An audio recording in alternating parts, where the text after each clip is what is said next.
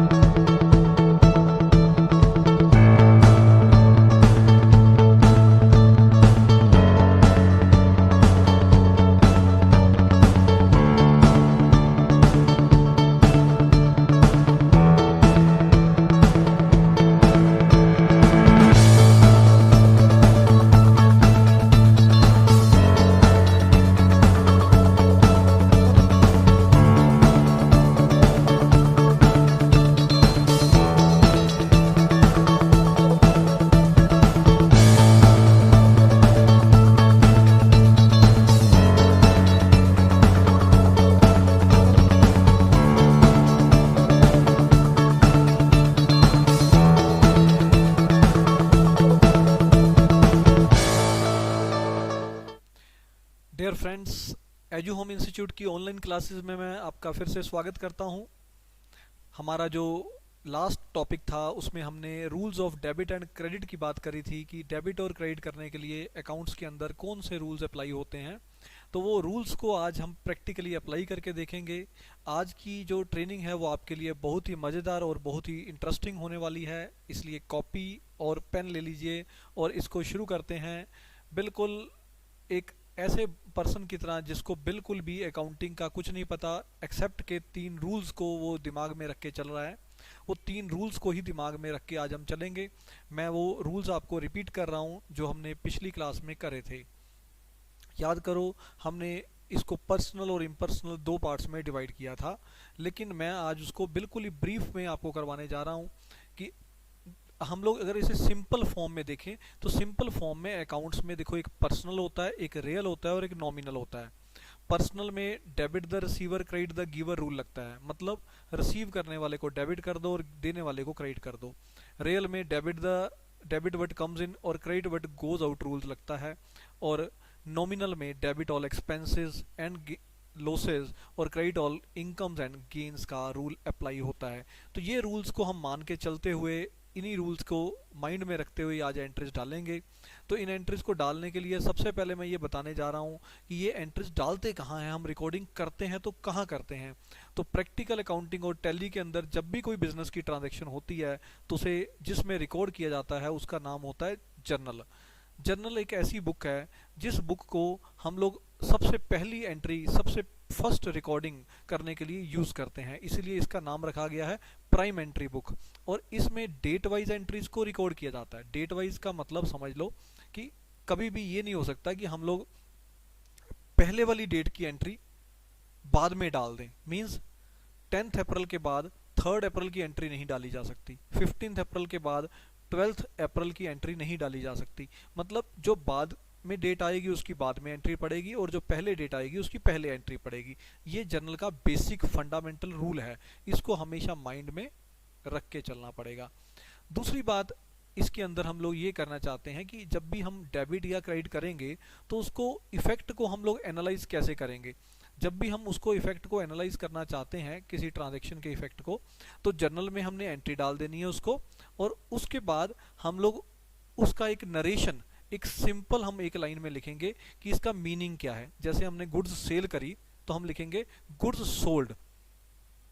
Entry अपने आप में अकाउंटेंट को तो ये समझा सकती है कि इसका मीनिंग क्या है, लेकिन एक लेमैन को इसका मीनिंग समझ नहीं लगेगा।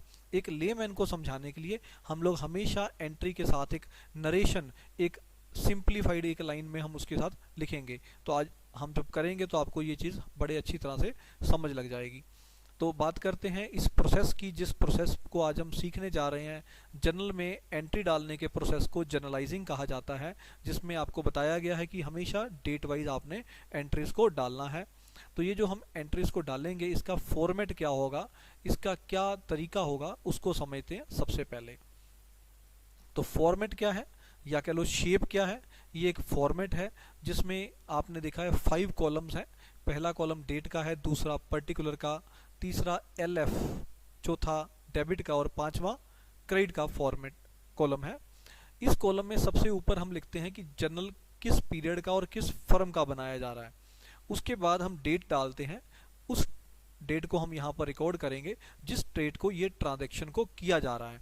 ये ट्रांजैक्शन 6 अप्रैल को हुई है मान लो, तो हम 6 अप्रैल की डेट यहाँ डाल देंगे। पर्टिकुलर में हम ये लिखेंगे कि हमने इस ट्रांजैक्शन में किस चीज़ को डेबिट करना है और किस अकाउंट को क्रेडिट करना है। वो जिस अकाउंट को हमने डेबिट या क्रेडिट करना है उसका नाम लिखेंगे, नरेशन लिखेंगे इस कॉलम में। LF का कॉलम ये रिप्रेजेंट करता है कि ये जर्नल है। जर्नल की हर ट्रांजैक्शन को हमने आगे लेके जाना है, क्लासीफाई करना है। तो वो किस में करना है, लेजर में करना है। तो लेजर में ये ट्रांजैक्शन कहाँ पर, किस पेज नंबर पे जा रही है, वो यहाँ पर हम नोट डाउन कर देंगे, पेज नंबर नोट डाउन करेंगे। और इसके बाद हम लोग नोट डाउन करेंगे डेबिट या क्रेडिट, कि हमारे पास डेबिट या क्रेडिट किसको हमने करना है। जो हमने डेबिट या क्रेडिट करना है वो कितनी अमाउंट को डेबिट करना है और कितनी अमाउंट को हमने क्रेडिट करना है। ठीक, क्लियर है ये। तो इसको समझते हैं। अब इन कॉलम्स को समझने के लिए हम लोग एक केस स्टडी लेने जा रहे हैं। Training of journal entry with A case study. हम एक केस स्टडी के साथ इसकी एंट्रीज करेंगे। मान लीजिए एक पर्सन है, एक बिजनेसमैन है जिसका नाम है ए। तो ए ने अपना बिजनेस स्टार्ट किया। अब बिजनेस स्टार्ट कैसे करते हैं, उसके लिए सबसे पहले तो आपको पैसे लगाने पड़ेंगे, बिजनेस में इन्वेस्ट करना पड़ेगा पैसा। तो जो इन्वेस्ट करते हैं उसका नाम क्या होता है, याद करो हमने बेसिक टर्म्स पढ़ी थी। तो बेसिक टर्म्स में हमने क्या नाम रखा था, पैसे इन्वेस्ट करने को क्या कहते हैं, पैसे इन्वेस्ट करने को कहते हैं कैपिटल। याद आया। तो यहाँ पर ए अपने बिजनेस में 1 लाख रुपए की कैपिटल इन्वेस्टमेंट कर रहा है। तो जब ए अपने बिजनेस में 1 लाख रुपए लगाएगा तो उसमें अब हमें जर्नल एंट्री डालनी है। तो ये हमारी पहली जर्नल एंट्री है जिसको आपने ध्यान से समझना है। अब इसमें हमें 3 रूल्स को माइंड में रखना होता है, ज़्यादा बाकी रूल्स को हम लोग इतनी इंपॉर्टेंस नहीं दे रहे, 3 ही रूल्स को हम ध्यान में रख के चलेंगे। उसके लिए हम इस ट्रांजैक्शन के डबल एंट्री सिस्टम को बेस मानते हुए 2 एस्पेक्ट ढूंढेंगे कि इसमें कौन कौन से ऐसे 2 एस्पेक्ट्स हैं जिनको हमने अपने एंट्री में शो करना है। तो इसमें ए स्टार्टेड बिजनेस, ए ने बिजनेस स्टार्ट किया। अब ये ट्रांजैक्शन की मॉनिटरी वैल्यूएशन नहीं हो सकती जब तक इसके साथ ₹1 लाख ना लगा दिया जाए, 1 लाख रुपए से। तो ए बिजनेस कैसे स्टार्ट करेगा, ए अलग है, बिजनेस अलग है। ए बिजनेसमैन है, ओनर है, लेकिन बिजनेस अलग है। तो ए ने बिजनेस को 1 लाख रुपया दिया। अब मैं बिजनेस हूं, क्योंकि यहां पर जो ट्रांजैक्शन रिकॉर्ड की जा रही है ये किस में की जा रही है, ये बिजनेस में रिकॉर्ड की जा रही है। तो बिजनेस को पैसे आ रहे हैं, बिजनेस रिसीवर है। तो ए एक पैसे देने वाला पर्सन है जो बिजनेस को पैसे दे रहा है, और दूसरी तरफ बिजनेस को क्या आ रहा है, बिजनेस को कैश आ रहा है। लेकिन अगर हम ध्यान दें बिजनेस रिसीवर भी तो है यहां पर। तो हमारा रूल कहता है डेबिट द रिसीवर। तो क्या बिजनेस को डेबिट नहीं करना चाहिए। तो इस बात को आपको सबसे पहले नोट डाउन करना है अपनी कॉपी पे कि बिजनेस अपने आप को ना तो कभी डेबिट करेगा ना ही अपने आप को क्रेडिट करेगा। बिजनेस अपना नाम अपनी अकाउंटिंग बुक्स के अंदर नहीं लिखेगा। क्यों नहीं करेंगे, क्योंकि मैं अपने आप को डेबिट या क्रेडिट करूंगा तो फिर ट्रांजैक्शन नहीं हो पाएगी। मुझे हिसाब किताब उसका करना है जो लोगों से मैंने पैसे लेने हैं या लोगों को पैसे देने हैं। ये डबल एंट्री सिस्टम का पहला कंसेप्ट है आपके लिए कि आपने कभी भी बिजनेस का नाम को डेबिट या बिजनेस के नाम को क्रेडिट नहीं करना। किसको, अपने बिजनेस के नाम को। तो मेरा बिजनेस जो है वो डेबिट नहीं हो सकता, तो इसीलिए यहाँ पर दो एस्पेक्ट हैं, एक तो कैश और दूसरा क्या है, ए। अब ए पैसे देने वाला है, इसलिए क्रेडिट द गिवर का रूल उस पर अप्लाई हो जाएगा। तो 1 लाख रुपए वो दे रहा है, इसलिए उसको क्रेडिट करना चाहिए। और दूसरी तरफ जो कैश है वो आ रहा है, किसको आ रहा है, डेबिट वट कम्स इन, क्या आ रहा है, कैश आ रहा है, किसको आ रहा है, बिजनेस को। तो बिजनेस को 1 लाख रुपए आ रहा है, तो बिजनेस उसको debit what comes in rule को अप्लाई करते हुए डेबिट कर देगा। तो यहाँ पर बिजनेस कैश को डेबिट करेगा और दूसरी तरफ से ए को क्रेडिट करेगा। लेकिन ए क्योंकि बिजनेस मैन खुद है, तो उसको थोड़ा क्लैरिफाई करेंगे हम, एज कैपिटल अकाउंट, ए नहीं आएगा अकेला, ए का कैपिटल अकाउंट हम साथ में लिखेंगे, being capital introduced at the commencement of business. Business को शुरू करने के टाइम पर हमने 1 लाख रुपया इन्वेस्ट किया। एक लेमैन को भी समझ लग जाएगी ना ये बात कि ये किस चीज की एंट्री है, बिजनेस में इन्वेस्टमेंट करने की, बिजनेस को शुरू करने के लिए जो पैसा लगाया गया है। तो समझ लगी एंट्री।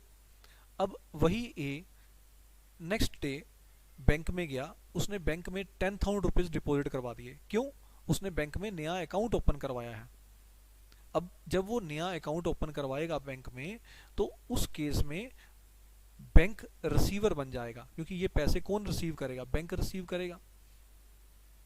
और आपकी जेब से क्या जाएगा, आपकी जेब से कैश चला जाएगा। तो क्रेडिट वट गोज आउट, मतलब कैश जा रहा है तो उसको क्रेडिट कर दो। Bank is the receiver, bank receiver है, डेबिट द रिसीवर, तो इसलिए बैंक को डेबिट कर दो। तो इसलिए एंट्री क्या बन गई, debit the receiver, bank debit, और credit what goes out, cash credit. और लिखा क्या नरेशन में, being cash deposited in the bank, bank में हमने 10,000 रुपए जमा करवा दिए। तो क्लियर हुआ।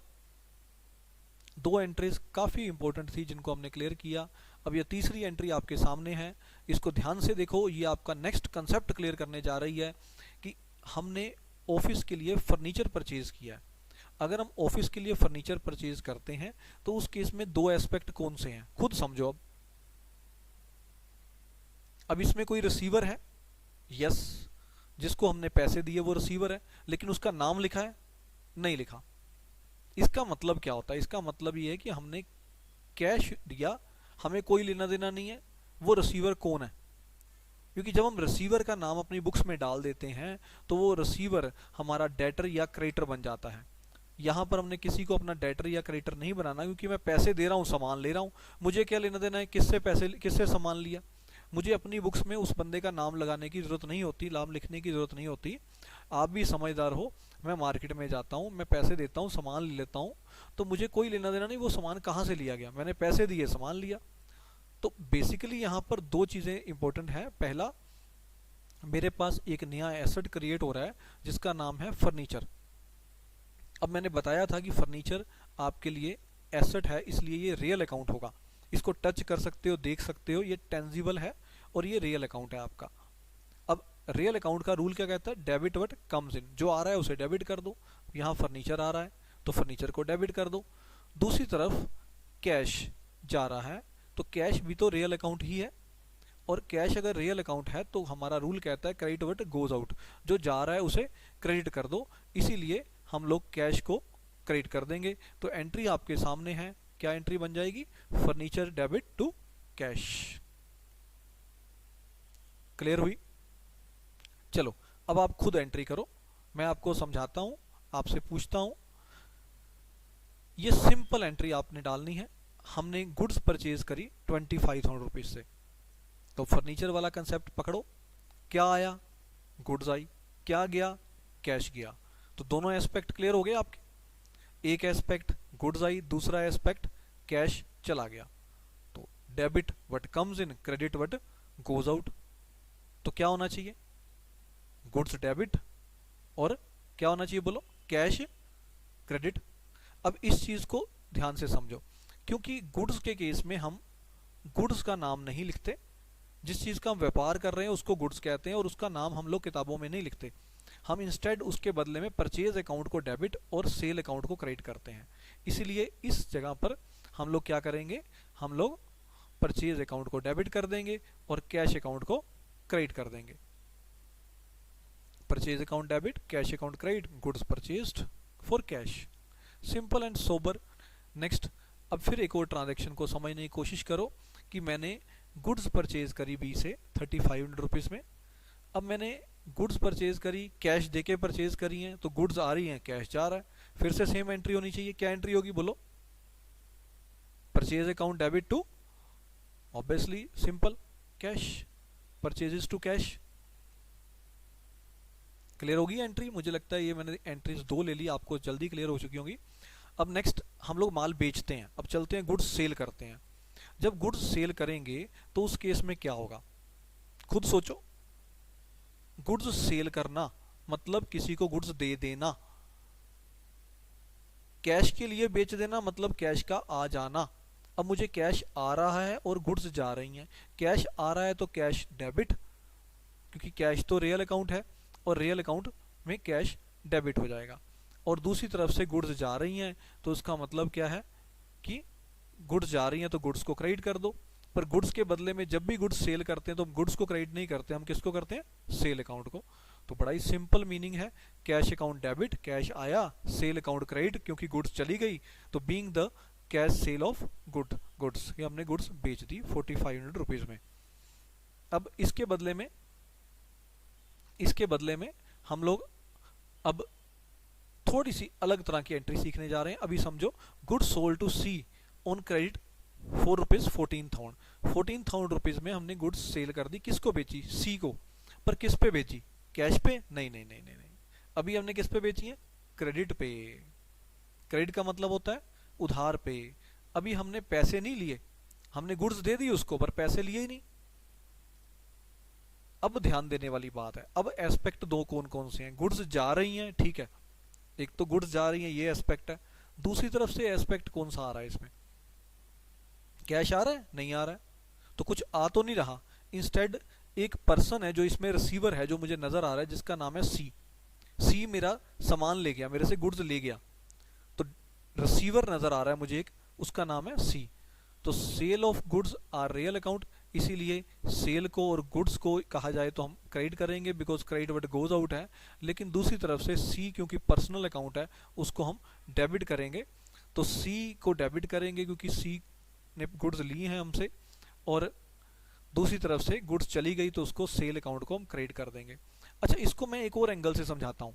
मैंने ना डेबिट और क्रेडिट के जब आपको रूल समझाए थे तो वहां पर एक रूल और भी बताए थे, याद करो।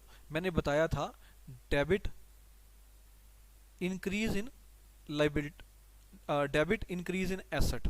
जब भी एसेट इंक्रीज होगा तो उसको डेबिट करेंगे, और डेबिट इंक्रीज इन एक्सपेंस, जब भी एक्सपेंस इंक्रीज होगा तो उसको डेबिट करेंगे। और क्रेडिट में मैंने बताया था क्रेडिट इंक्रीज इन इनकम और क्रेडिट इंक्रीज इन लाइबिलिटी। तो अभी यहां पर क्या हो रहा है, यहां पर जब मैं गुड्स सेल करता हूं किसी को तो उस केस में गुड्स चली जाती हैं, मेरे पास से गुड्स चली गई, अब मेरे पास वो गुड्स नहीं रही, तो ऑब्वियसली मेरा एसेट डिक्रीज हो रहा है। मेरे पास जो गुड्स पड़ी थी वो मेरा एसेट था, वो चली गई। जब मेरा एसेट डिक्रीज हो रहा है तो उस केस में मैं एसेट को डिक्रीज होने पे क्रेडिट करता हूं।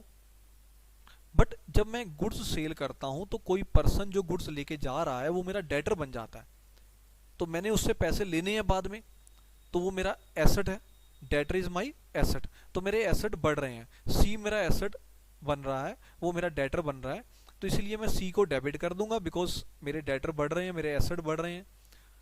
दूसरी तरफ से गुड्स जा रही हैं तो मैंने गुड्स को या सेल अकाउंट को क्रेडिट कर दिया।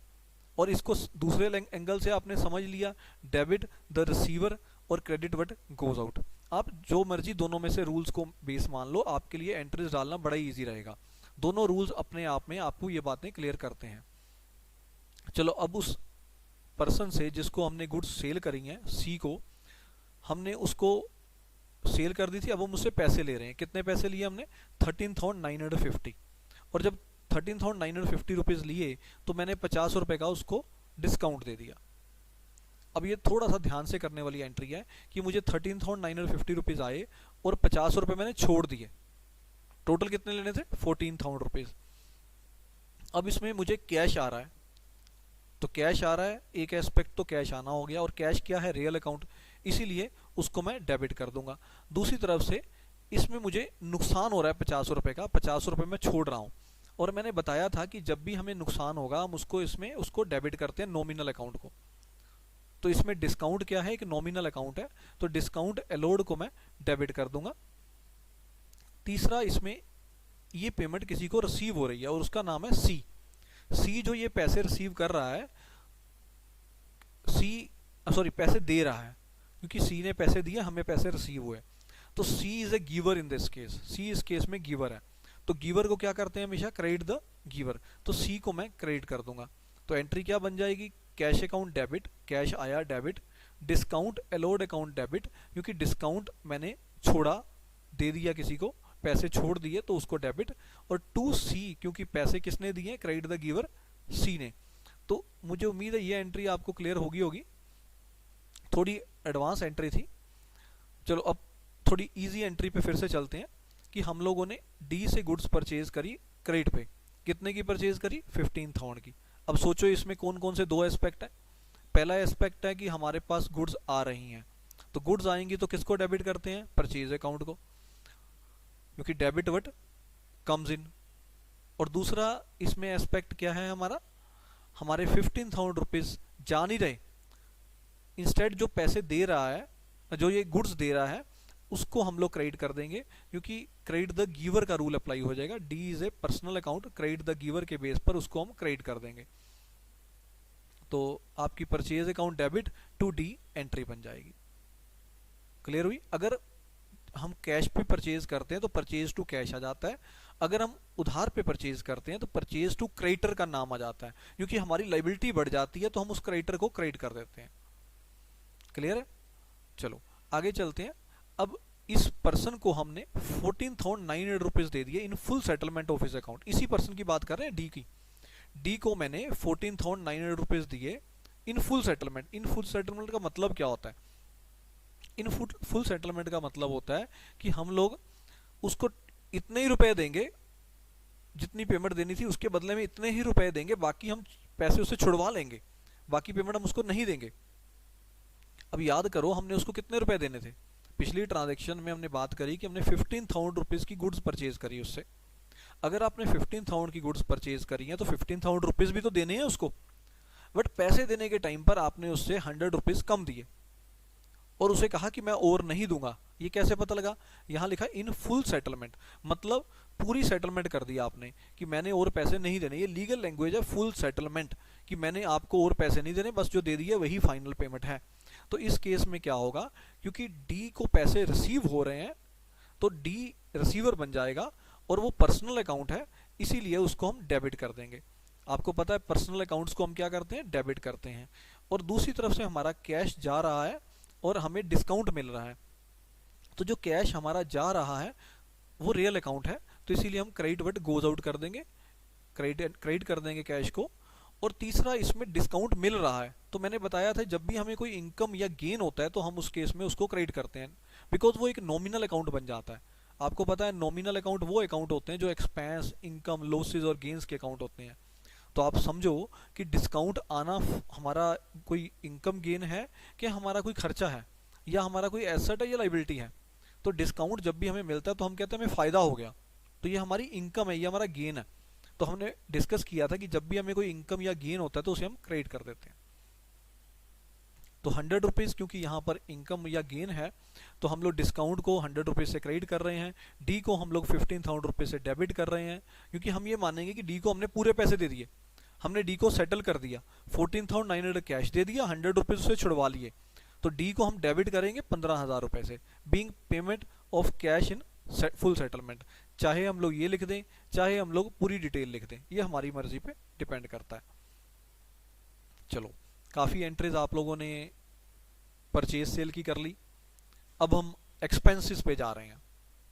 एक्सपेंसेस मतलब खर्चे। अब ये प्योर एक्सपेंस है।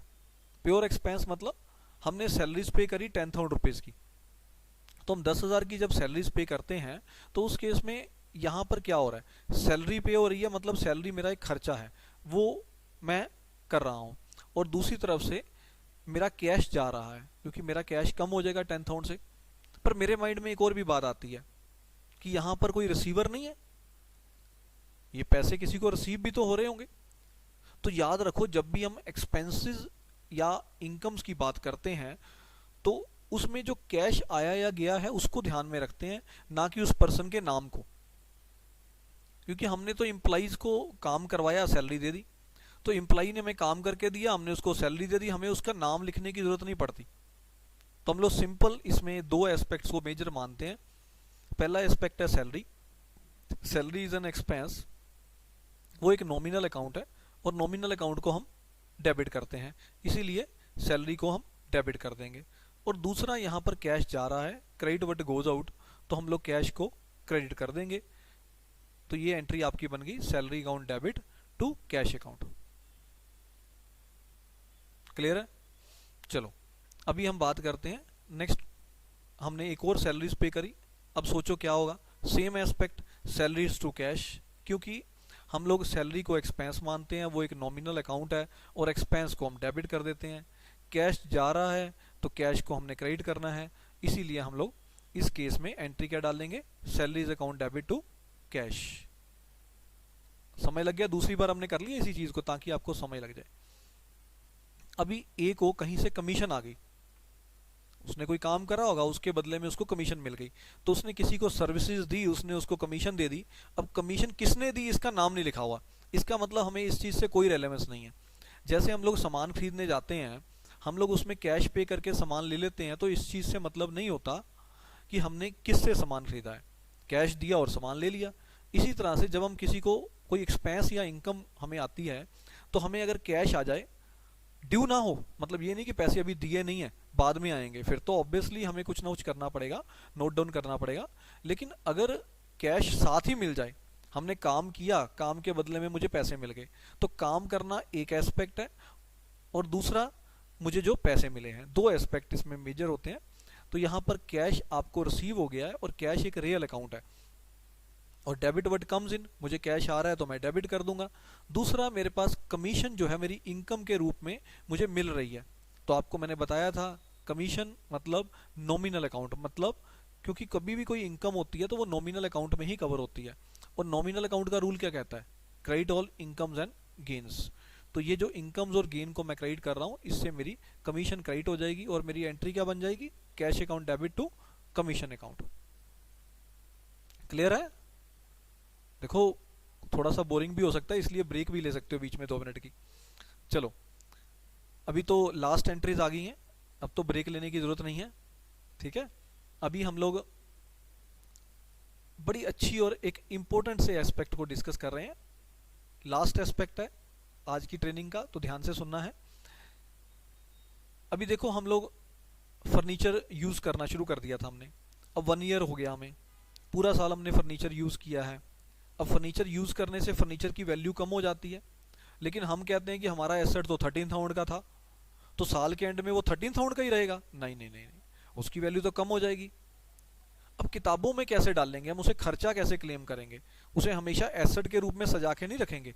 1 ईयर का जो उस पर यूटिलाइजेशन करा है, जो हमने उसको यूज करा है, उसकी वैल्यू को हम लोग राइट ऑफ करेंगे, उसको हम खर्चे को किताबों में डाल लेंगे, क्योंकि हम लोग उसको खर्चा नहीं मान रहे थे। पहले हमने कहा मेरे पास एसेट है 13,000 का, अब जैसे मेरे पास कोई सामान है, मान लो मैं सामान बेच देता हूं, तो मैं कहता हूं सामान चला गया। अभी आप देखो, आपके पापा ने आज से 5 साल पहले आपको एक बाइक लेके दे दी, तो क्या 5 साल के बाद वो बाइक एज इट इज रहती है? क्या उसकी उतनी ही वैल्यू रहती है? बिल्कुल भी नहीं, उसकी वैल्यू तो कम हो जाती है। अगर आप पहले 50,000 की लेकर आए हो बाइक, तो 5 इयर्स के बाद उसकी वैल्यू हो सकता है 20,000 रह जाए। वो 30,000 कहाँ गया? वो 30,000 डेप्रिसिएशन है, जो उसकी वैल्यू रिड्यूस हो रही है, उसको हमें बिजनेस में साथ के साथ किताबों में डालना होता है। तो यहाँ पर उसी फर्नीचर की बात कर रहा हूँ जो मैंने परचेज किया था बिजनेस को शुरू करने के टाइम पर, कितने का किया था? 13,000 का। तो एज्यूम कर लेते हैं कि उसकी वैल्यू हर साल 10% गिर जाती है, तो 13,000 का 10% होता है 1,300 रुपया। तो मैं क्या करूंगा, डेप्रिसिएशन के रूप में उसे डालूंगा। डेप्रिसिएशन मेरा एक लॉस है जो मेरी वैल्यू ऑफ एसेट को डिक्रीज करता है। तो क्योंकि ये एक लॉस है, तो मैंने डिस्कस किया था आपसे, लॉस नॉमिनल अकाउंट में कवर होते हैं और नॉमिनल अकाउंट का रूल है debit all expenses and losses, इसीलिए मैं डेप्रिसिएशन को डेबिट करूंगा। और दूसरी तरफ जो मेरे एसेट की वैल्यू है वो डिक्रीज हो जाएगी, एसेट चला जाएगा, कहाँ गया ये तो नहीं पता, यूज हो गया ना। अब जैसे आपके सामने पहले फूड पड़ा हुआ है, कुछ खाने के लिए सामान पड़ा है, बर्फी पड़ी है, और हमने 1 घंटे के बाद देखा वो बर्फी वहां पर नहीं है, क्योंकि मैं खा गया, गई कहाँ, मेरे पेट में चली गई। इसी तरह से फर्नीचर पे आप बैठ रहे हो, उठ रहे हो, उसे यूज कर रहे हो, तो उसकी वैल्यू रिड्यूस हो रही है, वो कहाँ जा रही है वो दिखती नहीं है, पर वो जा रही है, रिड्यूस हो रही है। तो वो जो एसेट की वैल्यू रिड्यूस होगी, मेरा एसेट चला गया, तो क्रेडिट वट गोज आउट, क्या चला गया, एसेट चला गया, तो इसीलिए उसको मैं क्रेडिट करूंगा। तो एंट्री क्या बन गई, depreciation account debit to furniture account. बड़े बड़े अकाउंटेंट होते हैं ना जो, वो लोग भी ये एंट्री को सीए के पास जाके करवाते हैं कि ये जी मेरी डेप्रिसिएशन की एंट्री डाल दो, और मैंने आपको ऐसी समझा दी है। तो इसलिए घबराना नहीं है, जो हमने आज सीखा है ये बहुत ज़्यादा इंपॉर्टेंट है। अब इसके बाद सारा ही इंटरेस्टिंग है, क्योंकि अब हम टैली में इन सभी कामों को करके देखेंगे। तो टैली में जब करते हैं तो वहां पर तो क्लिक पे काम हो जाता है, क्लिक पे काम, क्लिक पे काम। वहां पर ये नहीं है कि हमने ये सारी चीज़ों को डिटेल में करना है, ये समझनी इसलिए ज़रूरी थी ताकि आप कभी गलती हो जाए कुछ आपसे तो उसको समझ पाओ क्यों हुई है। कहीं कहीं पे ये एंट्रीज का यूज़ है, कहीं कहीं पे इन चीज़ों का यूज़ है, बट मेजर थिंग ये है कि सॉफ्टवेयर में कुछ भी करना मुश्किल नहीं होता। ये सब आपकी नॉलेज को अपग्रेड करने के लिए किया गया है, तो इसलिए इसको समझ लिया तो अच्छी बात है। अगर कहीं आप में कोई कमी रह गई या आपको लगता है मुझे समय लगा, दोबारा सुनो, फिर भी नहीं समय लगता, घबराना नहीं है। आप अकाउंटिंग तब भी कर सकते हो, क्योंकि जो टैली में अकाउंटिंग है उसके वो इन चीज़ों की मोहताज नहीं है। आप बिजी में किसी भी सॉफ्टवेयर में अकाउंटिंग करोगे, वहां पर उन्होंने बड़ा ही सिंपल वेआउट से दिया होता है, तो वहां मिनटों में अकाउंटिंग हो जाती है। तो मैं आपको वो सिंपल वेआउट इसके बाद हम लोग समझाएंगे, तो उससे आप लोगों के लिए अकाउंटिंग बहुत ही ईजी रहेगी। आज के बाद सब कुछ बहुत ज़्यादा इंटरेस्टिंग रहेगा। अब तक का कुछ काम थोड़ा बहुत टफ होने की, थोड़ा बहुत नया होने की वजह से बोरिंग हो सकता है, बट आने वाला टाइम आपका सारा सॉफ्टवेयर में है, जो कि बहुत ही इंटरेस्टिंग और इजी रहने वाला है। तो उसके लिए वेट करें। नेक्स्ट हम लोग टैली की वीडियोस आपके साथ डिस्कस करेंगे, टैली की ट्रेनिंग देंगे आपको। तो मेरी जो टीम है एजू होम इंस्टीट्यूट की, जो मेरे अंडर टीम मेरे साथ काम करती है, वो टीम आपको मेरे साथ मिलके अलग अलग तरह से ये टैली की ट्रेनिंग देगी। तो उसके लिए नेक्स्ट वीडियो में फिर से मिलते हैं। Thank you very much.